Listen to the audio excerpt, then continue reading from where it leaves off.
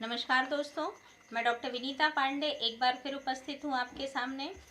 आज हम बात कर रहे हैं आपका जो बाल्यावस्था एवं बचपन का जो पेपर है, आपका डीएलएड में फर्स्ट पेपर है, उसके बारे में बात कर रहे हैं। उसके सिलेबस में अगर हम देखते हैं तो आपको शिक्षा मनोविज्ञान का अर्थ और बाल्यावस्था, वृद्धि, बहुत सारी चीज़ें पूछी गई हैं। उसके साथ साथ अवधान से भी संबंधित चीज़ें बताई गई हैं। तो आज मैं आपको बताने जा रही हूँ कि अवधान वास्तव में होता क्या है। तो अगर हम देखें तो यदि कोई व्यक्ति ये कहता है कि कोई उसकी बातों पर ध्यान नहीं दे रहा है, जैसे मान लीजिए कोई ये कहता है कि राम नाम का व्यक्ति है, वो उसकी बातों पर ध्यान नहीं दे रहा है, तो उसका ये कथन गलत है। क्योंकि ये ठीक है कि राम उसकी बातों पर ध्यान नहीं दे रहा है कहीं, लेकिन कहीं ना कहीं ध्यान तो है ही, तभी आप उसकी बात कर रहे हैं। तो इसी प्रकार से स्पष्ट है कि अवधान का जो संबंध होता है वो जागरूकता से होता है। अगर हम माने तो अवधान एक ऐसी प्रक्रिया है जो व्यक्ति को उसके वातावरण में विद्यमान उद्दीपकों में से अपनी रुचि और प्रवृत्ति के अनुसार कोई विशिष्ट उद्दीपक चुनने के लिए विवश कर देता है। जैसे अगर हम देखें तो ये एक प्रकार की चेतना है जो उसको केंद्रित करता है। अवधान केवल उस प्रयास या इच्छा को कहते हैं जिसका प्रभाव ज्ञान की प्रक्रिया पर पड़ता है। अब मन ने इसकी एक परिभाषा दी है कि अवधान एक अभिप्रेरणात्मक क्रिया होती है। क्योंकि यदि आप किसी के बारे में अपना चाहते हैं कि कोई आपको अटेंशन दे, तो इसका अर्थ ये है कि आपने जो है अपना ध्यान उसकी तरफ लगाया है। तो यहाँ पर वैलेंटाइन ने कहा है कि अवधान मस्तिष्क की शक्ति ना होकर संपूर्ण रूप से मस्तिष्क की क्रिया या अभिवृत्ति होती है जो प्रत्येक मनुष्य में होती है। अवधान सरल रूप में उस सीमा तक किया जाता है जहाँ तक कि वस्तुओं के पूर्व ज्ञान से उसकी संतुष्टि होती है। तो अगर हम देखें तो प्रत्येक व्यक्ति जो है वो अपने आसपास अवधान को महसूस करता है और उसका प्रयोग करता है। अब आइए हम जानते हैं कि अवधान के प्रकार कौन कौन से होते हैं। तो अवधान के स्वरूप को जब हम देखते हैं तब हम देखते हैं कि बच्चों को अवधान का महत्व और प्रयोग समझाया जाए। इसके लिए ज़रूरी है कि इसके प्रकार क्या है ये जानना हमारे लिए बहुत ज़रूरी है। तो पहला होता है आपका ऐच्छिक अवधान, जिसको वॉलेंट्री अटेंशन कहते हैं।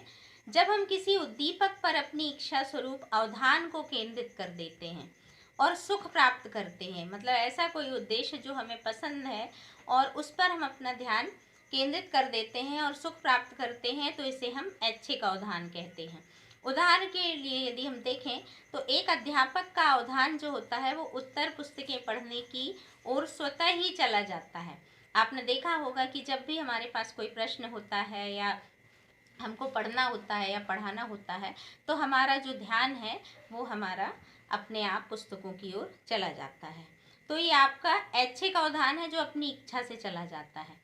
दूसरा है आपका अनैच्छिक ध्यान, जो बिना इच्छा या आवश्यकता अनुभव करने के बाद जब हमारा अवधान किसी उद्दीपक की ओर जाता है, मतलब जब हमें उसकी ज़रूरत होती है हम तभी उसको देखते हैं, तो वो अनैच्छिक होता है। जैसे अगर हम देखें उदाहरण के लिए, तो परीक्षा के समय व्यस्त छात्र का ध्यान भी पड़ोस में बजने वाले रेडियो पर चला जाता है। जब आप देखते हैं कि हम पढ़ाई करते रहते हैं और व्यर्थ में ज़ोर ज़ोर से अगर कोई टेप रिकॉर्डर या रेडियो बज रहा है तो वो हमें अपनी ओर आकर्षित कर लेता है।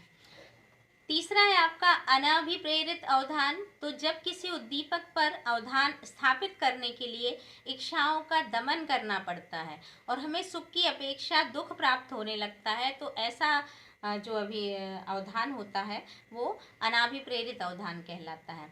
जैसे बच्चों को गणित में रुचि नहीं होती है, फिर भी कक्षा की परीक्षा पास करने के लिए गणित में उनको ध्यान स्थापित करना होता है। अगला आपका आता है अर्जित अवधान। तो यह वह प्रक्रिया होती है जिसमें व्यक्ति को उद्दीपक पर अवधान स्थापित करने के लिए रुचि या इच्छा उत्पन्न करनी पड़ती है।